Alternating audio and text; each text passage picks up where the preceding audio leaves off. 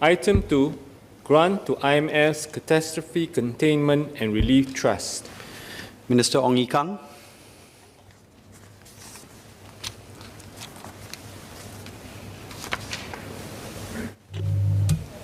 Mr. Deputy Speaker, on behalf of Senior Minister and Minister in charge of the Monetary Authority of Singapore, I beg to move that this Parliament, in accordance with Section 6A2D of the Bretton Woods Agreement Act, Chapter 27 of the 2012 Revised Edition, resolves that the maximum amount of grants that the Monetary Authority of Singapore may give under a bilateral agreement or its subsequent variations to be made by the Monetary Authority of Singapore on behalf of the Government of the Republic of Singapore with the International Monetary Fund, or IMF, to support the Catastrophe Containment and Relief Trust, CCRT, is $17.6 million, approximately SDR special drawing rights of 12.3 million.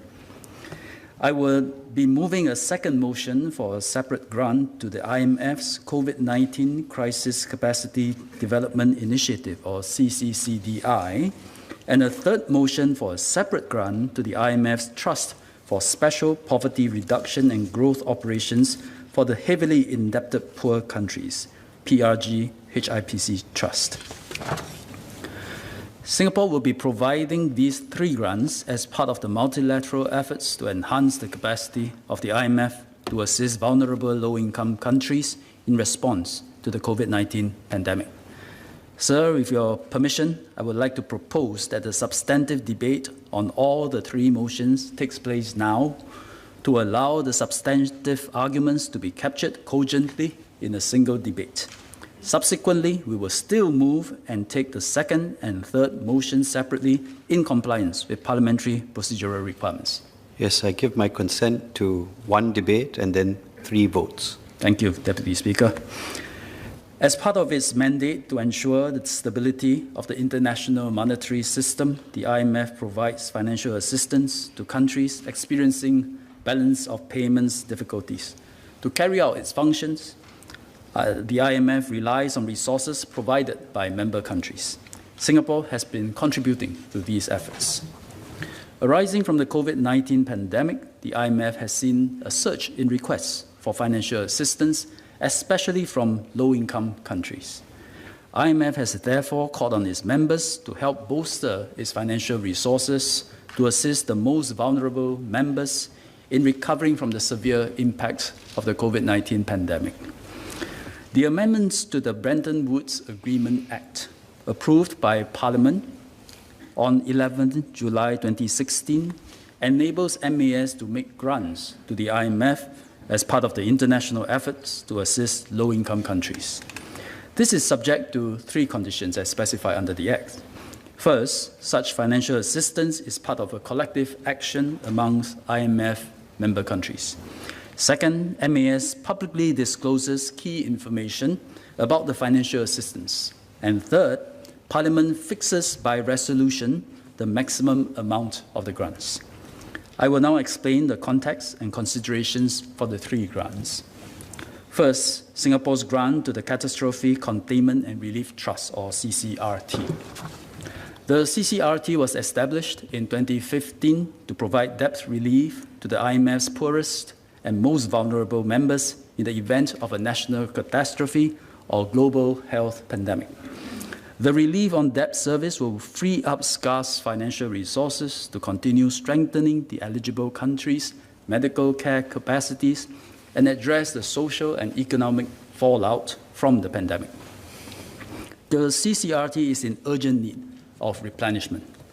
Its pre-COVID balance was $200 million. Since the onset of the pandemic, the IMF has disbursed over $500 million in debt relief to CCRT eligible members. So the pre-COVID balance has been completely depleted.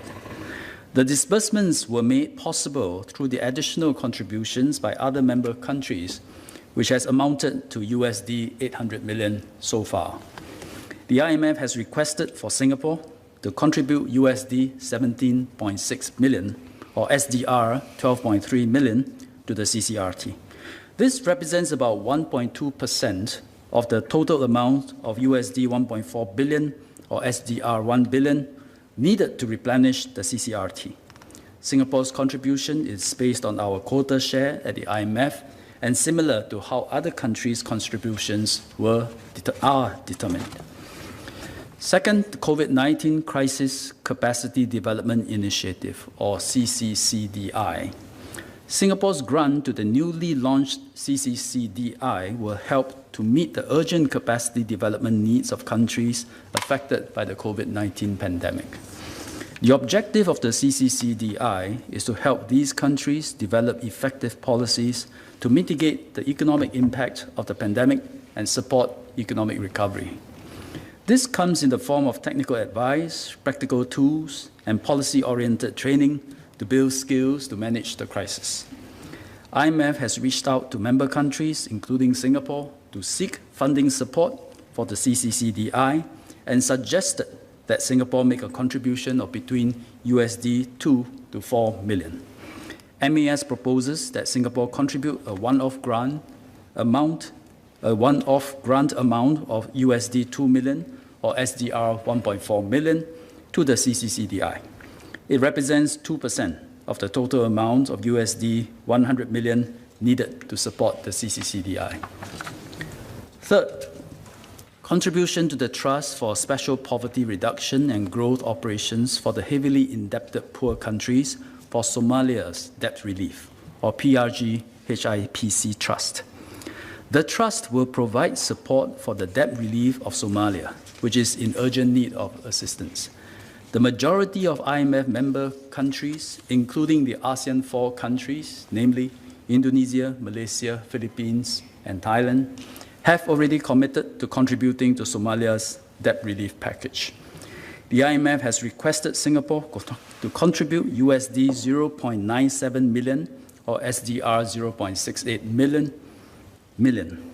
Singapore already holds funds in the other IMF accounts to cover overdue payments incurred by members which are unable to pay, and the contribution will be drawn from these accounts. Singapore's contribution would form approximately 0.3% of the IMF's financing package of USD 344 million or SDR 242 million for Somalia's debt relief. Why are we making these contributions to the causes of the IMF? In short, we live in an interdependent world and Singapore needs to do its part. Particularly, the COVID-19 pandemic has underscored the need for decisive and urgent collective actions to manage global crisis.